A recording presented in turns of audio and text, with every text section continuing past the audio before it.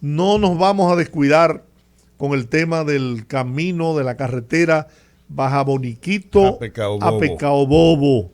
Sí. Queremos que se asfalte, que nos den una explicación. El ingeniero de Línea Ascensión, que tan gentilmente, eficientemente está trabajando en todo el país. Señores, miren, ese Ministerio de Obras Públicas está sembrando obras en toda la geografía nacional. Así es. Con eficiencia. Eso es así, no es como el que pasó, no, que nosotros nos cansamos.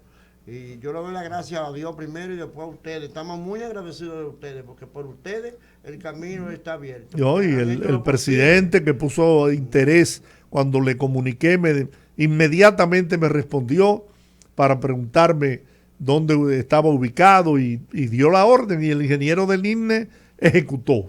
Ahí está. Y yo le voy a mandar un audio a ustedes para que ustedes lo vean. Lo voy a mandar con Jacqueline, mi amiga, para que se le va a partir el alma con una persona que haya en cama. A ver si el gobierno y la primera dama hacen posible de que le manden que sea una cama o algo de comer, un medicina. No, el plan social de la presidencia, Yadira Enríquez. Yo estoy seguro que cuando usted vea eso, usted le va a condenar el alma. No, pero vamos a hacerlo con... Desde que llegue la luz en mi vivienda, porque no puedo mandarle el audio. No me diga. Sí, bueno, tan pronto, pero si usted la quiere, se la puede pasar aquí ahora a Olga.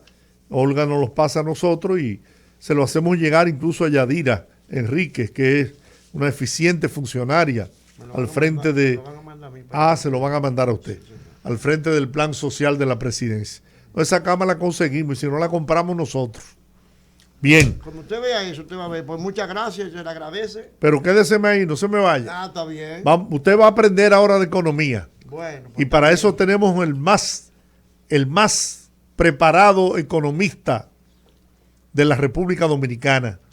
Por algo es decano de la Facultad de Ciencias Económicas de la Primada de América, Universidad Autónoma de Santo Domingo. Pues yo le voy a dar las gracias. Aprovecho para darle un saludo a la comunidad de Baja Boniquito, Pecado Bobo y Río Grande completa, para que vean que han tenido un defensor hace 16 años pidiendo la carretera y el gobierno pasado no nos lo hizo. Así es. Estoy con ellos, que ellos no miren para atrás. No, pero ni para coger impulso. Doctor Antonio Siriaco Cruz. Estamos por aquí, ¿cómo están ustedes? Muy bien, muy bien. ¿Usted es de Baja Boniquito por casualidad? No, los siriacos somos de Puerto Plata. Sí, bueno, pero usted está en la zona. No, nosotros somos de, ¿cómo que dicen? Del norte de la Florida. Del sur de la Florida. Del sur de la Florida. Puerto Plata, hermosa ciudad. Ya somos dos. Oye, el otro, de que hablaban del sur de la Florida se incluyó. De una vez. Claro. Los colombos son de allá toditos. Sí, pues de que hablaban del sur de la Florida porque te metiste.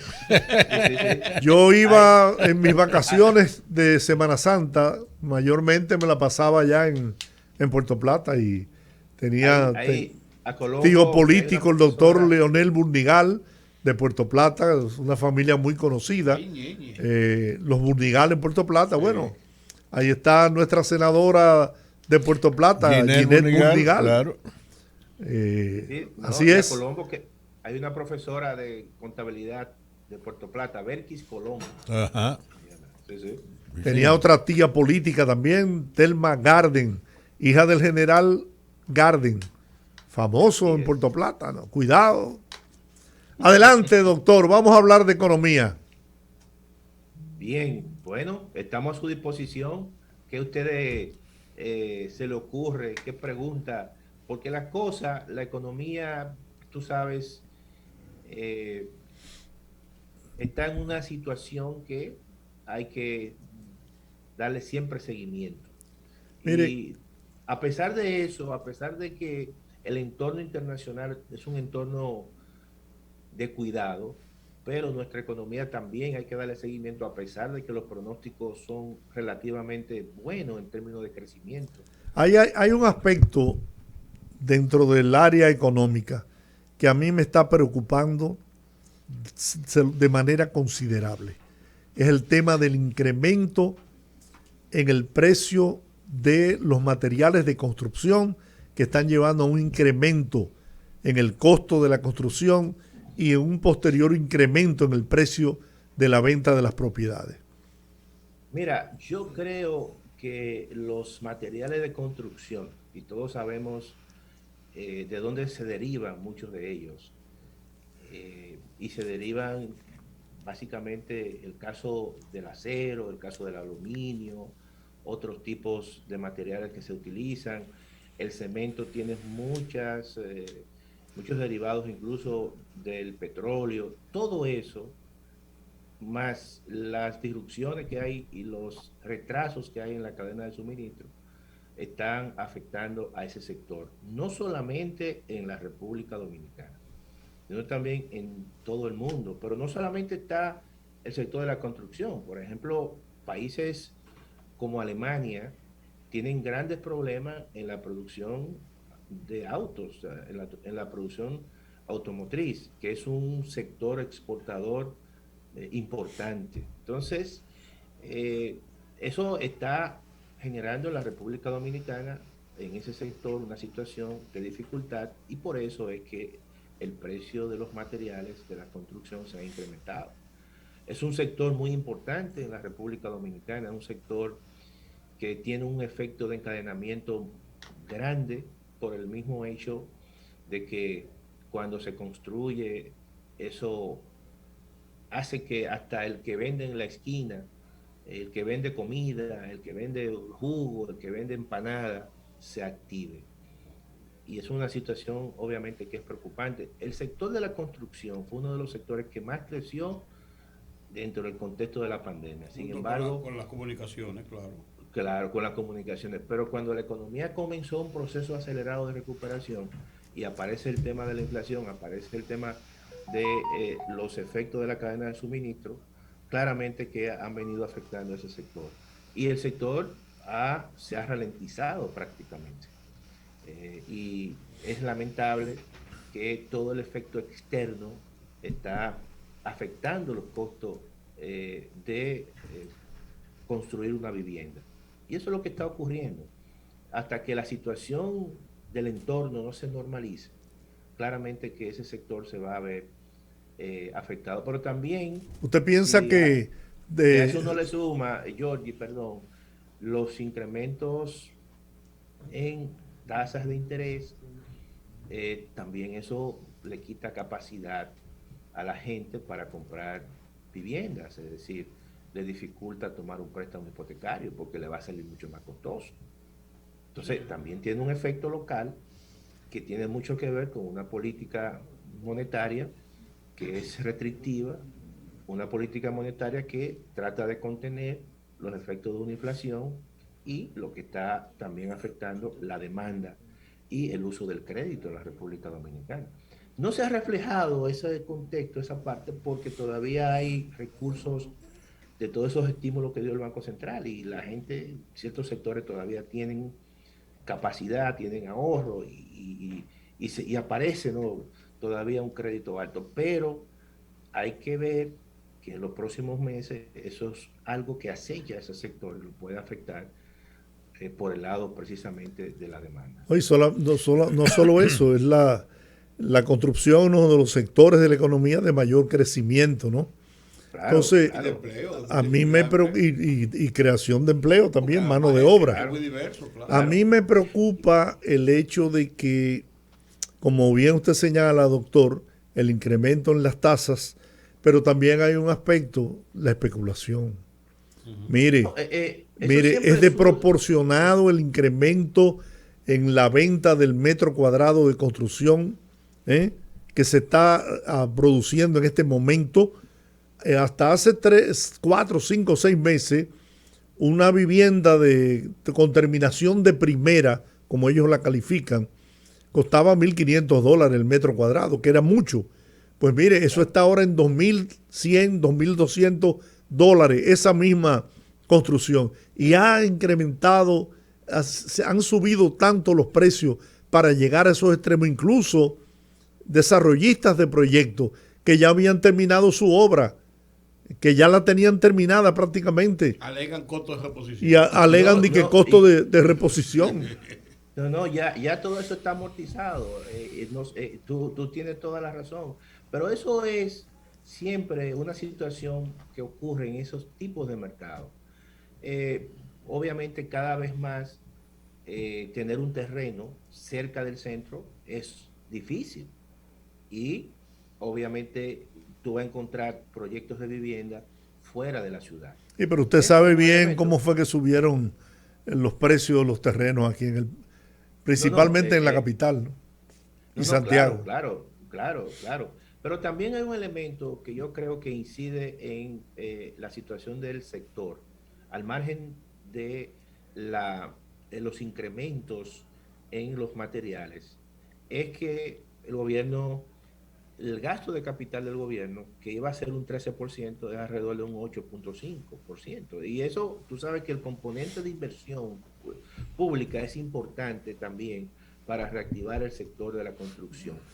Recientemente se anunciaron la aprobación de una cantidad importante de proyectos de inversión pública, que entiendo que eso a partir del resto del año le va a dar un impulso al sector de la construcción, porque tú tienes que ver el sector de la construcción donde no solamente hay un componente de construcción de viviendas por parte del sector privado, también hay un componente de inversión pública que debe jugar un rol importante en la reactivación de la vivienda y del sector construcción.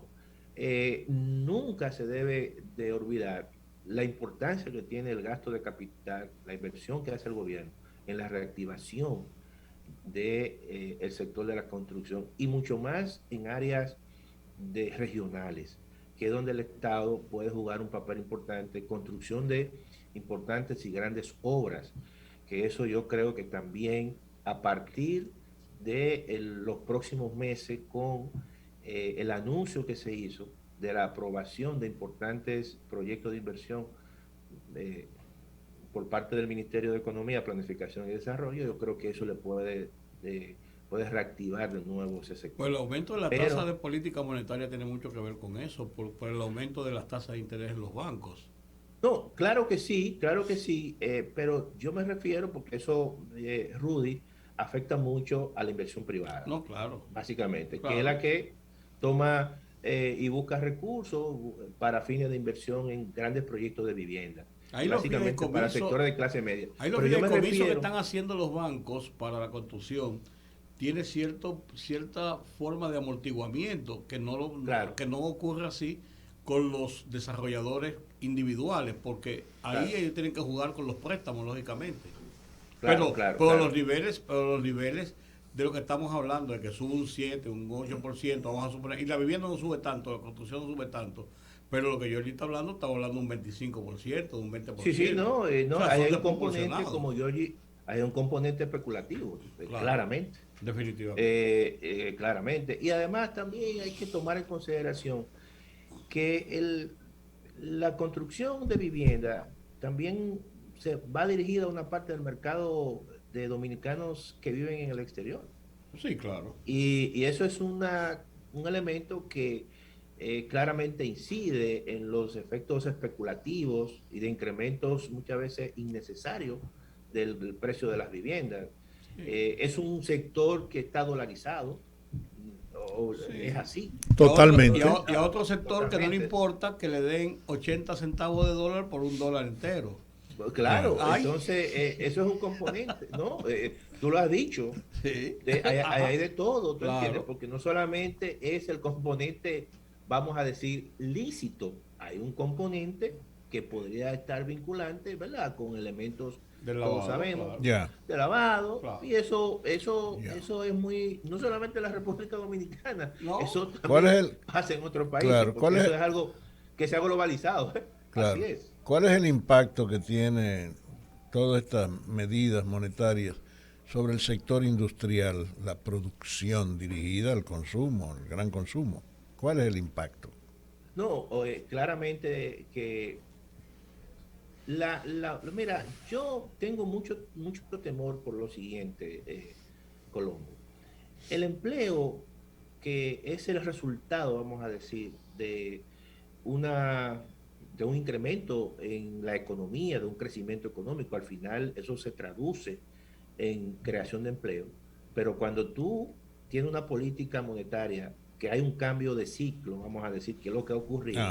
Tú pasas de una política muy laxa, de darle mucha plata a los sectores productivos, por ejemplo, al comercio y a las MIPYMES. Cuando tú analizas todo el componente de facilidades que dio el Banco Central, con los 205 mil millones de pesos que puso en circulación, básicamente en la economía a partir del sector financiero, los sectores que más se beneficiaron fueron el sector de las MIPYMES y el comercio, y también el sector de la industria.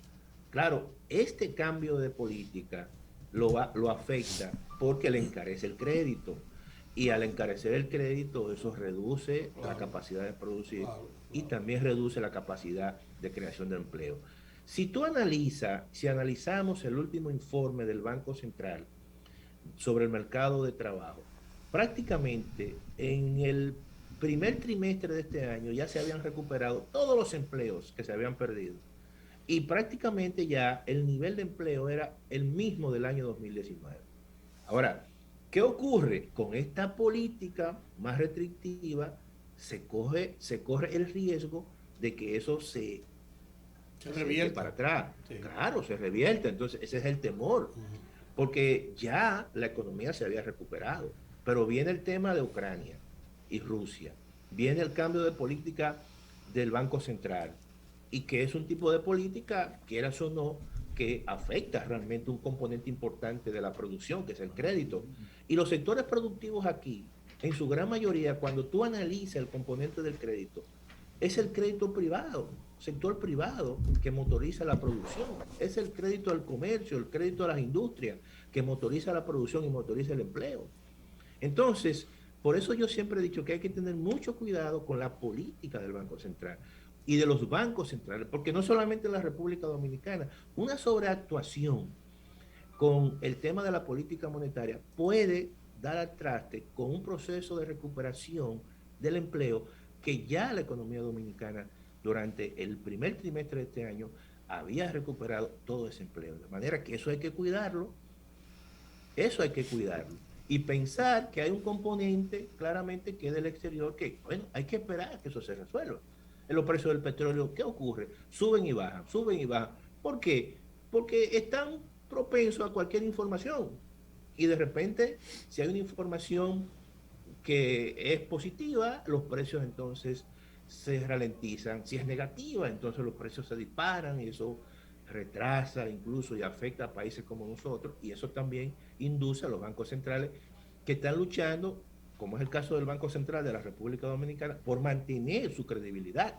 Porque al final, cuando el Banco Central te dice y nos dice a nosotros que la inflación va a ser un 5, y no es un 5, es un 8, y el próximo año también se repite lo mismo, entonces la gente deja de creer en los bancos centrales, cuando gran parte del éxito del Banco Central y de mantener un nivel de meta de inflación es la credibilidad que durante estos últimos años ha mantenido el Banco Central para mantener y anclar las expectativas de lo que dice. Si eso no ocurre, entonces esta situación le quita credibilidad, y eso es lo que hay que tratar de cuidar la recuperación, tratar de cuidar el empleo, porque eso fortalece el tejido social, eso fortalece el tejido empresarial en la República Dominicana.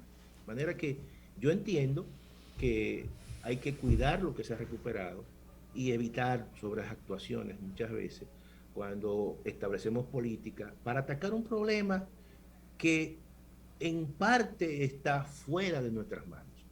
Doctor, el tema eléctrico.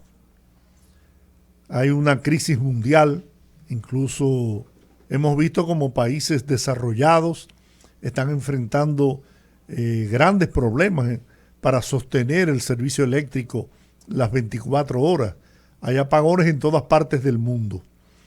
Y nosotros no escapamos a eso, y más con un sistema tan débil como el que tenemos en el país, donde se han hecho pocas inversiones para que este sistema eléctrico sea de calidad y sostenible. Pero yo me pregunto, el país, el pueblo no soporta aumentos, y se ha expresado, y el presidente lo ha entendido y ha señalado que va a paralizar el tema del incremento de la tarifa, cuál tal está establecido en el pacto eléctrico. Pero ¿qué solución puede tener el tema del servicio eléctrico si estamos atados de mano? Mira, el tema es bastante complejo. Si tú analizas, por ejemplo, países donde han iniciado, pero con mucho tiempo, el proceso de transición energética, en el caso, por ejemplo, de Europa, ¿verdad? Que no han completado. Quizás uno de los países que más avanzó en el tema de la transición energética fue Suiza. Por eso que en Suiza los niveles de inflación, básicamente producto del incremento en la energía, es muy, muy bajo.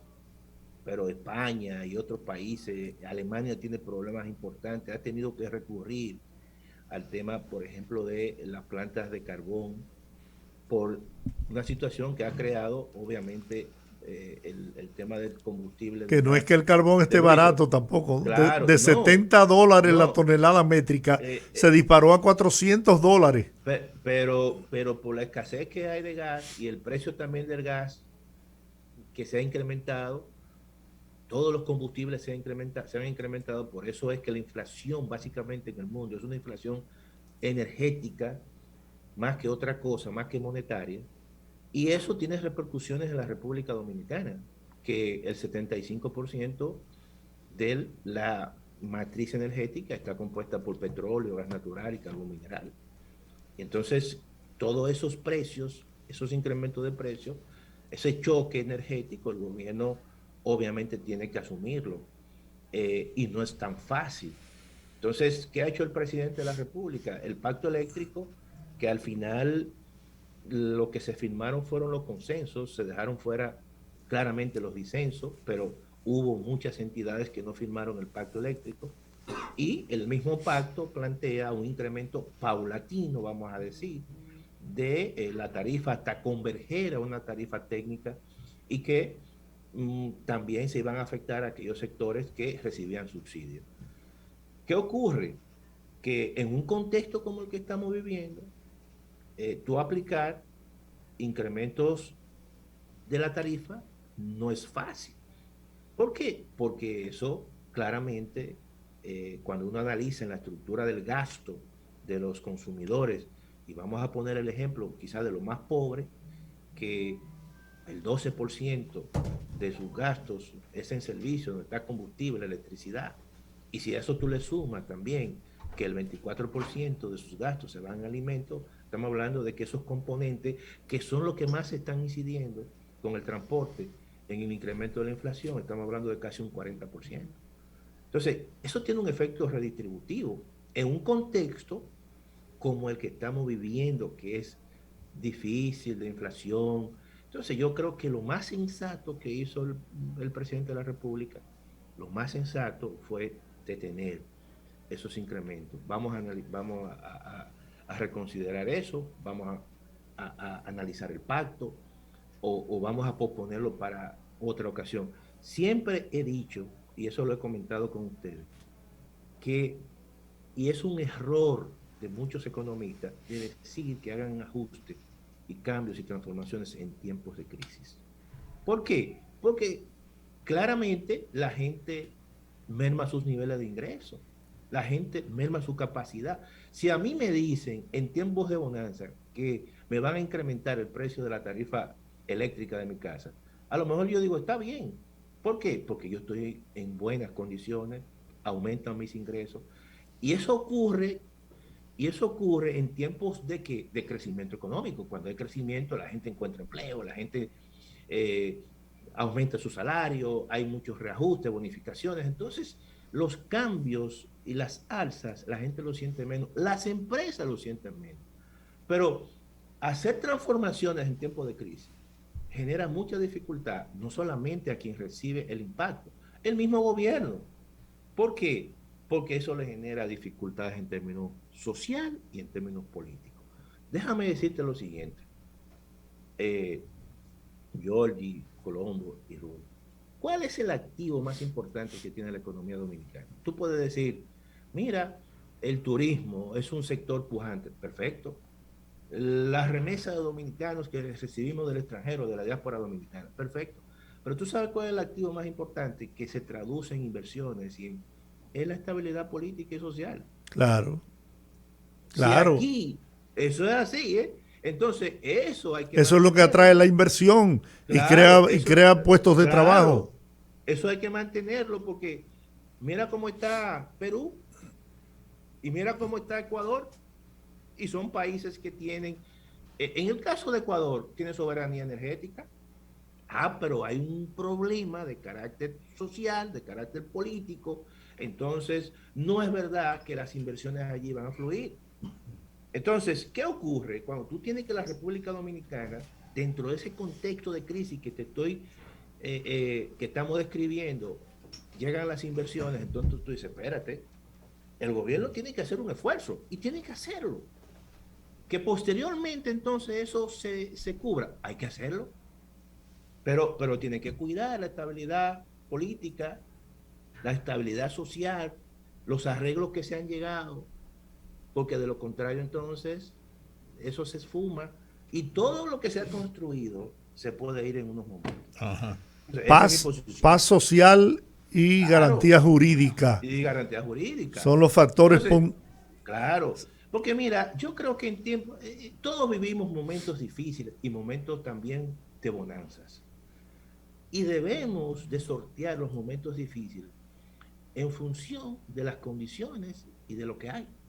Entonces, si ahora hay que darle, evitar que los precios se incrementen, si ahora hay que darle un subsidio adicional a las familias, hay que dárselo. Muy bien. Aunque técnicamente el libro de economía te diga, no se le puede dar un subsidio porque los subsidios, tal cosa. Eso te lo dice un técnico frío. Pero la economía no es economía solamente, es también economía política. Claro. Muy bien. Doctor, has hablado qué como, gusto. Como un verdadero puertoplateño. Ay. Qué gusto haber conversado con usted. Un gran abrazo, doctor. Como siempre, nuestro agradecimiento por su apoyo. Gracias. Que quede muy bien. Cuídense mucho. Hasta muy luego. bien. Bueno. Bien. Cuídense, decano. Bueno, vamos a la pausa. Al regreso, que hable la gente. Abrimos los teléfonos para que el pueblo se exprese.